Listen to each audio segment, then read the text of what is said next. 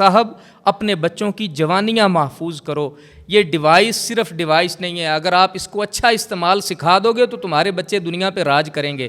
لیکن اگر تم صرف لے کے دینے کے حقدار ہو اور اس کے بعد پوچھنا نہیں ہے تم نے کہ تم اس کا کیا استعمال کرتے ہو, تو پھر ایک وقت آئے گا یہ تباہ حال معاشرہ تمہیں ملے گا جو اخلاقی طور پہ بھی گر چکا ہوگا, خاندانی طور پہ بھی گر چکا ہوگا اور معاشی طور پہ بھی گر چکا ہوگا. ہزاروں کیسز اب آتے ہیں, نوجوان لڑکے لڑکیاں 1-2 ہفتے شادی چلتی ہے, اس کے بعد چپکلے شروع ہو جاتی. ہمارے پاس مسائل آتے ہیں, قاری صاحب غصے میں بیوی کو طلاق دے بیٹھے ہیں. طلاق پیار محبت سے تو ہوتی نہیں ہے صاحب, ہوتی تو غصے میں ہی ہے. تو اس کا کیا حکم ہے جی؟ بات کیا نکلتی ہے پیچھے سے, چھوٹی سی بات, کیوں, وجہ کیا ہے؟ ایک بیزاری ہے. صنف نازک عورت جب ایک بندے کو اتنی آسانی سے میسر ہوگی نا کہ ساری رات اس کا جی چاہے گا وہ کسی لڑکی سے گپے مار لے گا, تو اس کے دماغ کے اندر صنف نازک کا کوئی احترام نہیں رہے گا. ختم ہو جائے گی وہ کہانی.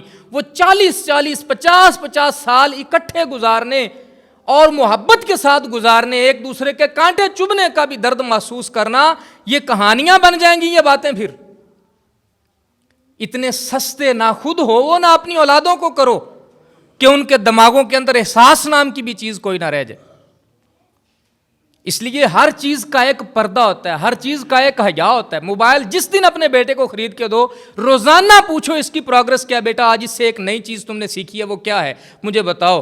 اپنا پاس ورڈ لگانا ہے لگاؤ, لیکن مجھ سے نہ چھپاؤ. مجھے تمہارے تمام فولڈرز کا پاس ورڈ یاد ہونا چاہیے, یا مجھے میرے ہاتھ میں موبائل روزانہ ایک مرتبہ پکڑاؤ کہ یہ میرے موبائل کا آپ اچھی طرح سے جائزہ لیں. جب تک ہم یہ نہیں کریں گے تو صاحب یہ تباہی کا وہ ہتھیار ہے جو دشمن نے ہمارے سینوں تک پہنچا دیا ہے, اور ہر وقت ہم اس کو اپنے سینے سے لگا کے پھرتے ہیں. کافر کو اب ہم سے جنگ کرنے کی ضرورت نہیں ہے. بے خبری کے اندر اپنی اولاد کو ایسے چھوڑ دیں گے, وہ اس ہتھیار کے ذریعے ہماری اولادیں ہم سے چھین لے گا, یاد رکھیے. اور وہ وقت دور نہیں ہے کہ پھر اس کے اندر, اور اب تو کسی حد تک ہم اپنی آنکھوں سے دیکھ رہے ہیں, 5-6 بھائی ہیں, 3 سال کے بعد کہیں جا کے اکٹھے ہوئے, ایک چھت کے نیچے بیٹھے ہیں, ایک دوسرے کا حال احوال پوچھنے کی بجائے وہ اپنی گیم کھیل رہا ہے, یہ اپنی گیم کھیل رہا ہے, وہ اپنی چیٹ پہ لگا ہے, یہ اپنی چیٹ پہ لگا ہے. ہر ایک کا دھیان موبائل کی طرف ہے. بچے رو رہے ہیں, ماں کو پرواہ نہیں ہے, ان کا ڈرامہ ختم ہوگا تو موبائل سے توجہ سائڈ پہ ہوگی. اتنا تو بے حس اس نے ہم کو کر دیا ہے اب تک, آگے اس نے کیا گل کھلانے ہیں یہ بھی آپ دیکھ لیں گے اگر ہم اس پہ غور نہیں کریں. اس لیے ہر چیز کا ایک اچھا استعمال ہے, اس اچھے استعمال کی طرف آئیں. ہر چیز میں ڈھونڈیں, مومن وہ ہے جو ایک ٹھوکر سے بھی سبق سیکھتا ہے, ایک نعمت سے بھی سبق سیکھتا ہے, ایک مصیبت سے بھی سبق سیکھتا ہے. ہم اگر یہ رویہ نہیں اپنائیں گے تو صاحب پھر قدم قدم پہ تباہی ہمارے انتظار میں ہے. پھر ہم کسی قوم سے, امریکہ سے, اسرائیل سے, کسی یہودی سے گلہ شکوہ نہیں کر سکیں گے.